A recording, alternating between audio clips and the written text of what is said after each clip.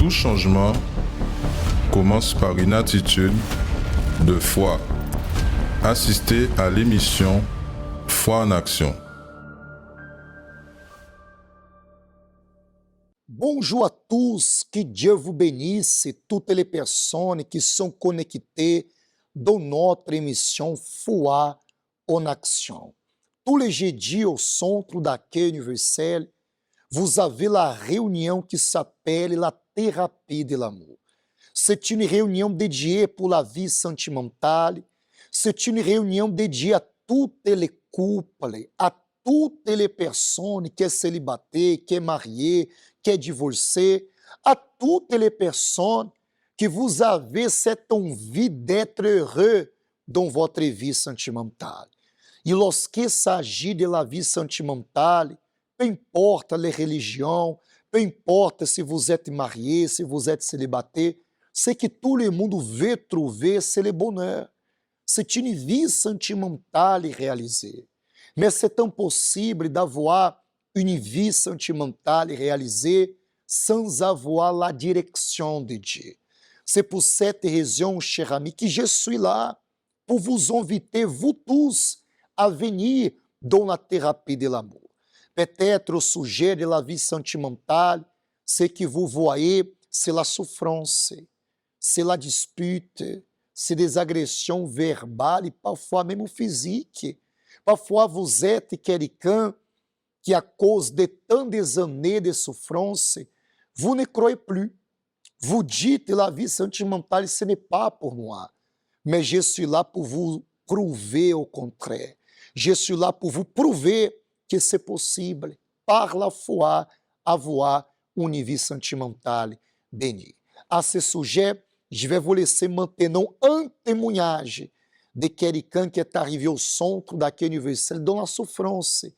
Mais lorsque cette personne mit en action sa foi, c'est là que tout a changé. Regardez ce témoignage tout de suite après, je reviendrai avec vous. Bonjour, je m'appelle Léna. Avant d'arriver au centre d'accueil universel de Nice, ma vie s'était détruite, ma vie sentimentale, ma vie financière. J'étais une mauvaise mère. J'y partais beaucoup dans les boîtes de nuit. Et mon mari et moi, on ne se comprenait pas parce qu'on bagarrait tout le temps. Et là, un jour, ma belle-sœur nous avait invités au centre d'accueil universel. Moi j'ai venu pour la curiosité, pour voir qu'est-ce que ça donne, parce qu'elle avait vu que notre vie du couple, c'était catastrophique. Et là, j'étais bien accueillie par les ouvriers, le pasteur. Et les ouvriers, ils m'ont conseillé tout le temps de faire le chant des prières, de venir le vendredi, le mercredi, dimanche. Le pasteur aussi, il m'a conseillé, m'a accueilli très bien. Mais en même temps, j'écoutais la parole, mais j'étais en même temps dans le monde. J'étais divisée entre le monde et l'église. Et ma vie n'était pas changée du tout. Mais un jour, j'étais vraiment fatiguée parce que j'avais vu des témoignages, des gens qui disent que la vie a changé complètement. Et là, je me suis dit, pourquoi pas moi? Et en même temps, il y avait la campagne d'Israël. Et j'ai sacrifié. Je me suis dit, je vais donner à 100%. Tout ce que le pasteur a parlé sur l'autel, j'avais pris pour moi. J'avais pratiqué et j'ai donné à 100%. Et là, quand je montais sur l'autel, j'avais fait mon sacrifice, j'avais la certitude que ma vie allait changer. Et là, j'étais baptisée du Saint-Esprit. C'était les choses les plus importantes qui arrivaient dans ma vie. Et là, j'ai commencé à changer. La paix a commencé à rentrer dans moi. Ma maison, il y avait la paix parce que j'étais une personne nerveuse et j'ai plus senti ça. Entre moi et mon mari, on a commencé à parler, à s'y donner bien. Mes enfants, maintenant on est une famille heureuse, je peux dire. Parce que j'ai changé, le Saint-Esprit m'a changé. Complètement. Et aujourd'hui, moi et mon mari, nous deux, on servi notre vie sur l'autel. Et chaque fois qu'il y a un sacrifice, on donne 5% parce qu'on sait que quand on donne 5%, Dieu nous donne plus. Et on n'a pas peur de monter sur l'autel, on n'a pas peur de donner à Dieu parce que si c'était pas Dieu, Ma vie, je sais pas aujourd'hui, elle était comment. Vous qui me regardez aujourd'hui, j'ai un conseil à vous donner. Si vous êtes en centre d'accueil universel, dans quelque part au monde, si vous m'écoutez, il faut pas avoir peur d'y donner à 100% et d'y laisser le monde parce que le monde n'a rien à donner. Tout ce qu'on donne au monde, c'est pas bon. À contraire que quand on donne à Dieu, Dieu a plus à nous donner. C'est pour ça que je vous invite à participer de la chaîne des prières, de venir à l'église, d'y lancer aussi 100% corps, âme et esprit dans la présence de Dieu. C'est une opportunité que vous tous, chers amis, vous avez. La thérapie de l'amour, c'est une réunion dédiée pour bénir votre vie sentimentale. Peut-être vous êtes quelqu'un que vous avez fait tant des efforts, vous êtes allé dans tant des endroits pour voir la différence, pour voir la transformation, mais jusqu'au présent, vous n'avez pas vu la transformation. Peut-être la situation s'empirait, mais si vous êtes disposé à venir, ce jeudi, au 6 Morne Vergan, la route des abîmes, au centre d'accueil universel, vous allez voir le pouvoir de Dieu, à l'exemple de tant de témoignages que nous avons, tant de personnes qui ils ont mis leur foi en pratique et ils ont vu des résultats. Je vais vous laisser un spot qui parle un peu plus de la thérapie de l'amour et ce jeudi à 19h, vous ne pouvez pas rater. Le mois d'octobre est en train de terminer et vous ne pouvez pas accepter que l'année vienne terminer et votre état sentimental vienne continuer le même. Mais c'est à vous de donner le premier pas. Regardez le spot qui parle de la thérapie de l'amour et tout de suite après, je reviendrai avec vous. L'amour a frappé à votre porte. Vous vivez la relation dont vous avez toujours rêvé. La compagnie idéale pour votre vie, votre moitié. Mais au final, qu'est-il nécessaire d'avoir pour maintenir une bonne relation, joyeuse et à l'épreuve de tous les problèmes? Souvenez-vous qu'avant de se disposer à aimer quelqu'un, vous devez vous aimer premièrement. Ne commencez pas une relation dont vous savez qu'elle va vous faire souffrir et seulement vous dévaloriser. Ne vous liez pas non plus à quelqu'un juste pour combler quelques moments moins agréables de la vie. Savoir être seul fait aussi partie de la préparation pour avoir une relation saine. Pour cette raison, ne soyez pas pressés. Votre bonheur est construit par vos conquêtes, par vos joies, mais surtout et essentiellement par les personnes qui vous entourent. Pour l'être humain, il est impossible de vivre sans socialiser. C'est ainsi qu'il s'épanouit. Mais avoir des amis et une famille implique aussi de savoir se plier. Dans les relations sentimentales, cette recette se répète. Dans le couple, il est nécessaire d'avoir de la concordance, de la compréhension des deux parties. Parce qu'au final, personne ne ressemble à personne. Et nous devons comprendre nos opinions, goûts et attitudes qui ne sont pas toujours en accord avec notre partenaire. Mais au-dessus de tout cela, la base pour le succès et le bonheur dans une relation est la confiance. Sans elle, vous ne pourrez rien obtenir. Il y aura toujours des disputes, une méfiance et il n'y aura pas de liberté. Une relation solide se forme lorsque l'homme complète la femme et vice-versa. Là où il y a l'amitié, il y a de l'amour. L'important est de pardonner, valoriser chaque moment passé ensemble. Et vous, avez-vous des problèmes dans votre relation ? Faites une petite rétrospective de tout ce qui s'est mal passé afin de réussir à comprendre ce qui doit changer. Parfois, il est nécessaire de donner un pas en arrière pour en faire deux en avant. Mais souvenez-vous qu'une relation est la célébration de l'amour, de la joie. Et si vous ne ressentez pas cela, alors il est temps de changer votre vie. Il est temps de vous sentir bien et complet.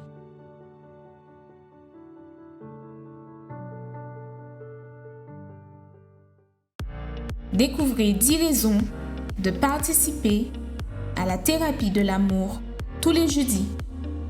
Première raison, guérir des blessures des relations passées. Deuxième raison, apprendre l'amour intelligent. Troisième raison, se préparer avant de connaître quelqu'un. Quatrième raison, savoir choisir une personne compatible. Cinquième raison, défaire les mythes des relations. Sixième raison, retrouver un amour perdu. 7e raison, apprendre à se valoriser. 8e raison, restaurer un mariage en crise. 9e raison, devenir un meilleur partenaire. 10e raison, blinder sa relation. Tous les jeudis, à 19h, venez recevoir des conseils pour votre vie amoureuse au Centre d'accueil universel des Abîmes, 6 Morne-Verguin, face à la Brède.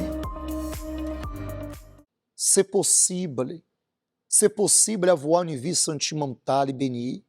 C'est possible changer l'état de votre foyer, de votre maison.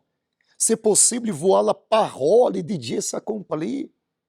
Parce que toutes les personnes qui participent de cette émission, c'est le propre Dieu qui vous donne l'opportunité. C'est le propre Dieu qui veut transformer votre histoire. Peut-être vous regardez d'un côté dans votre vie, vous voyez la vie sentimentale détruite par terre. D'un autre côté, vous voyez la famille divisée. Mais je suis en train de vous proposer ce qu'il est écrit dans la Bible. Regardez de l'avant, croyez, cher ami, car nous allons voir la manifestation de Dieu, l'exemple de ce témoignage que je vais vous laisser. Toutes les personnes qui vont venir ce jeudi à la thérapie de l'amour, vous allez voir le Dieu de la Bible agir dans votre vie. Regardez ce témoignage et tout de suite après, je reviendrai avec vous. Je m'appelle Madame Brigitte. Je suis arrivée au centre d'accueil avec une vie détruite, une vie de pleurs, une vie de mariage détruite. J'étais angoissée, j'étais malade. Je faisais de l'hypertension. J'ai dû souffrir beaucoup avec mon mari, beaucoup dans mon mariage. Et puis, c'est comme ça que je suis arrivée au centre d'accueil. Je suis Monsieur Landry. Je suis le mari de Madame Brigitte. Ma femme est venue à l'église. Je l'accompagnais, je l'amenais en voiture. Je venais la chercher. Et puis, j'ai vu la transformation en elle. Comme ça, j'ai suivi à l'église. On a fait une campagne d'Israël, chacun de notre côté. On a sacrifié, c'était pour notre mariage. On se levait pour prier. Depuis qu'elle est entrée à l'église, et je suis venu à l'église, nous deux, on faisait tout à deux, on priait ensemble, on jeûne ensemble, on s'est demandé pardon, les deux, et Dieu a vu notre sincérité, et puis il a répondu à notre prière. À travers notre sacrifice, notre vie de mariage a changé. On a eu un mariage transformé. Mon mari a changé. J'ai vu un autre homme qui était devant moi. Je me suis même demandé, est-ce que c'est mon mari? Parce que mon mari, il est devenu doux, gentil. C'était pas la même personne. Dieu nous a fait grâce. Dieu nous a pardonné déjà de tous nos péchés parce qu'on lui a demandé pardon. Et il m'a donné un mari formidable. Il est devenu un homme de Dieu. Notre vie de couple a avancé, mais il y a un moment difficile qui est arrivé dans ma santé. J'ai été chez le médecin pour prendre une ordonnance pour aller faire un frottis. Et de là, quand j'ai ramené le résultat au médecin, le docteur m'a dit, normalement, j'avais un cancer au col de l'utérus, que c'était très grave. Parce que moi aussi, je sentais que c'était grave, parce que j'avais mal au ventre. Hein. J'avais un liquide qui sortait de mon corps, liquide jaunâtre qui sortait dans mon corps. Il y avait une grosse odeur. Le docteur a dit qu'il devrait voir à l'intérieur comment ça se passe. Il a regardé, il m'a dit que c'est très très mauvais, c'est pas bon du tout. Il a fait un prélèvement, il a fait une lettre pour moi et il m'a dit allez à l'hôpital tout de suite avec cette lettre et le prélèvement que je vous ai donné. Parce que là maintenant ils peuvent plus attendre, c'est en urgence. Je suis venue à l'église prier, je me suis mise devant l'autel, m'humilier devant Dieu et j'ai dit à Dieu, voilà ce qu'on m'a dit, cette maladie-là, ça, je ne veux pas retourner chez moi avec. Et le lendemain, j'ai été ramenée à l'hôpital, comme le docteur m'avait dit. Mais entre-temps, on était dans la campagne d'Israël de décembre 2018. Et c'est de là, j'ai dit que c'est une opportunité pour moi. Je demandais à Dieu grâce pour me guérir, je demandais la guérison à Dieu. et j'ai toujours prié. Mais en ce moment-là, j'ai prié toute seule. Je jeûnais toute seule. Je fais tout toute seule, sans rien dire à mon mari. Je suis restée dans la foi avec Dieu. J'ai dit à Dieu, c'est mon tout. Je monte avec mon tout, je dépose sur ton autel et je redescends, Seigneur, sans cette maladie. Je laisse cette maladie sur ton autel et je redescends sans cette maladie. Et quand je suis descendue, quelques jours après, j'ai été chercher le résultat. Je n'avais plus de cancer. C'était fini. C'était terminé. Prélèvement satisfaisant qu'ils ont écrit sur le résultat. Prélèvement satisfaisant. J'ai ramené pour le médecin. Qu'est-ce que le médecin m'a dit? Vous n'avez rien. Ce qu'il m'a fait, il a fait couvrir la porte pour moi et il m'a dit de sortir de son cabinet. Et je suis partie. Après quoi, ma femme a été guérie. Dieu a répondu à notre prière. Et puis, en ce moment, on a eu un problème. Après, on a eu un problème financier. C'était une dette de 45 000 € qu'on a eue. Et puis, on ne pouvait pas payer le loyer parce que on m'a bloqué mon compte. Et ma femme ne pouvait pas, elle toute seule, faire tout. Donc, on devait nous expulser de la maison, de l'appartement. On a été voir une agence. On a fait une demande de logement. Et puis, on nous a demandé d'emmener tous les papiers qu'on devait ramener. Nous, on a fait la campagne d'Israël pour cet appartement-là. On a dit à Dieu, nous, on est ses enfants. On peut pas nous mettre à la porte comme ça pour rester dehors. Donc, on nous a demandé les quittances de loyer. Les quittances de loyer, on nous a donné les quittances de loyer, mais les quittances de loyer n'étaient pas favorables. Le moment qu'on devait emmener les quittances de loyer, on nous a envoyé un message pour nous dire que notre candidature avait été retenue pour l'appartement sans les quittances de loyer. On n'a même pas apporté de quittances de loyer. On nous a retenus pour l'appartement. L'appartement est juste à côté de l'église et c'est où on vit maintenant. Et la dette a été effacée. Dieu nous a bénis et nous continuons dans la foi avec Dieu. Et la chose la plus importante pour nous, c'est le Saint-Esprit. Comme a dit mon mari, c'est le Saint-Esprit qui est le plus important dans notre vie. Parce que le Saint-Esprit m'a transformé, m'a changé. Pour moi, il faut avoir le Saint-Esprit. Parce que sans le Saint-Esprit, on ne pourra pas tenir. On ne pourra pas vivre comme Dieu nous demande de vivre. Alors, c'est pour ça que, pour moi, le plus important, c'est le Saint-Esprit. Parce qu'il m'a donné vraiment une vie meilleure, une vie de transformation. Et là, je dis merci Seigneur pour son Esprit Saint en moi. Pour mon mariage qu'il a transformé, qu'il a restauré, pour ma famille et pour mon mari qui est passé de Jacob à Israël. Vous voyez como c'est fort? Maintenant, c'est à vous de prendre la décision. C'est à vous de dire, je vais agir ma foi. Je vais vous laisser un spot maintenant. Et après le spot, ça va enchaîner le spot et prière. Et j'aimerais faire la prière en faveur de vous tous. Peu importe votre religion, peu importe la situation, je crois que le Dieu de la Bible, il va agir dans votre vie. Je vais vous laisser le spot, tout de suite, ça va enchaîner le spot et prière. Et on va réaliser la prière ensemble. Dieu va vous donner la force, la condition d'être présent. Seja dit à la thérapie de l'amour.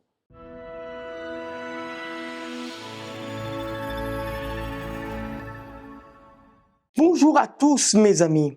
Soyez attentifs à ce que je vais vous parler. La Bible dit, on va informer Josaphat en disant, une multitude nombreuse s'avance contre toi depuis l'autre côté de la mer, depuis la Syrie. Et il dit dans le verset 3, dans sa frayeur, Josaphat se disposa à chercher l'Éternel et publia un jeûne pour tout Juda. Dans sa frayeur, ça veut dire que Josaphat, il a eu peur. Il a eu peur à tel point qu'il sait quoi? Il s'est confié en Dieu, il a consulté Dieu. Combien d'entre vous aujourd'hui, vous passez par une situation où vous n'arrivez plus à avancer? C'est comme si que vous êtes en train de faire quoi? Marche arrière, comme l'image que vous voyez, la vidéo que vous voyez là. Beaucoup d'entre vous, vous avez un rêve, un projet, Et jusqu'aujourd'hui, nous sommes à la fin de cette année et rien peut-être a été concrétisé. Même pas la moitié a été concrétisé. Vous n'arrivez pas à aller au bout de ce que vous êtes en train d'entreprendre. Mais j'aimerais vous montrer une chose. Josaphat, il a publié quoi, jeune, mais avant il a consulté Dieu. Et lorsqu'il a consulté Dieu, Dieu lui a accordé la réponse. Alors j'aimerais vous dire une chose, il y a une multitude qui s'élève contre vous, il y a une multitude de problèmes qui viennent contre vous. Je vous lance maintenant cette invitation, ce défi. Samedi, exactement mes amis, samedi à 8h ou à 15h, vous êtes cet invité. Je vous invite à être là. Je vous invite exactement à venir lutter en faveur de votre vie et pour déterminer que cette situation impossible, elle sort de votre vie. Le Dieu de l'impossible qui agit pour Josaphat, il agira aussi pour vous. Que Dieu vous bénisse.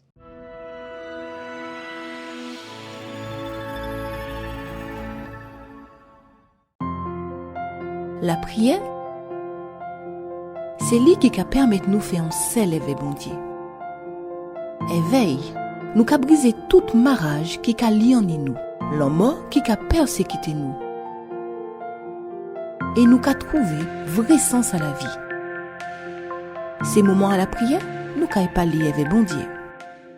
Mon Dieu et mon Père, je fais la prière en faveur de toutes les personnes qui sont connectées, des personnes qui souffrent au sujet de la famille, au sujet de la vie sentimentale, des personnes qui les ont déjà frappé tant de portes, mais jusqu'au présent n'ont pas vu les résultats, mais qu'à travers de la foi, à travers de ta parole, je crois que le miracle va s'accomplir.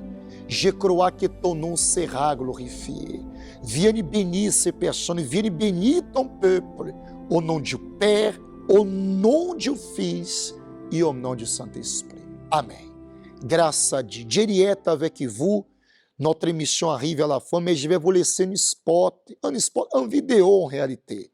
Une vidéo que j'ai enregistrée dimanche passé avec le peuple de l'Église pour vous inviter, vous tous, à ce dimanche, 7h du matin, comme à 9h30, à être présent dans le centre d'accueil universel, le 29 Quelle-Fèvre, en face du parking du port à Pointe-à-Pitre.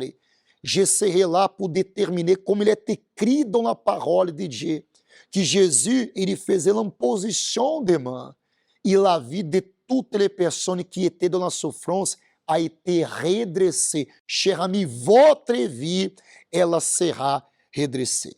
Je vais vous laisser le spot dans la vidéo. Que Dieu vous bénisse. À bientôt.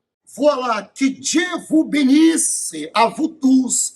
Je suis là avec le peuple de Pointe-à-Pitre, la réunion de dimanche matin, et je suis là pour vous inviter, vous tous qui souffrez, vous tous que votre vie sentimentale, votre santé, votre famille, votre vie spirituelle, votre vie financière se trouve courbée. Mais dimanche, nous allons déterminer que votre vie elle sera redressée. La vie du peuple sera comment? Dans ce cas, dimanche, je vais réaliser ce qu'il est écrit dans la Bible. Imposition des mains. Je vais mettre mes mains sous votre tête et je vais déterminer par la foi que votre vie sera comment, Église? Dimanche prochain, ne manquez pas. Notre centre d'accueil universel est situé le 29 Quelle-Fèvre, ici à Pointe-à-Pitre. Dimanche prochain, à 7h, comme aussi à 9h30. Mes mains, je lève vers le ciel, qu'elle soit bénie. Votre vie, elle sera redressée. Amen. Comment se trouve votre vie? Peut-être que vous avez l'impression d'être oppressé par les problèmes. Dans vos finances, votre famille, votre vie semble être écrasée et vous n'arrivez pas à vous relever.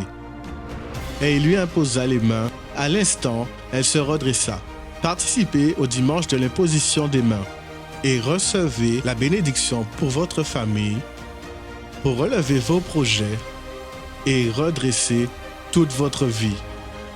Dimanche 30 octobre à 7h ou 9h30 dans notre siège au 6 Montverguin aux Abîmes ou dans le centre d'accueil universel d'hommes le plus proche de chez vous. Le dimanche de l'imposition des mains.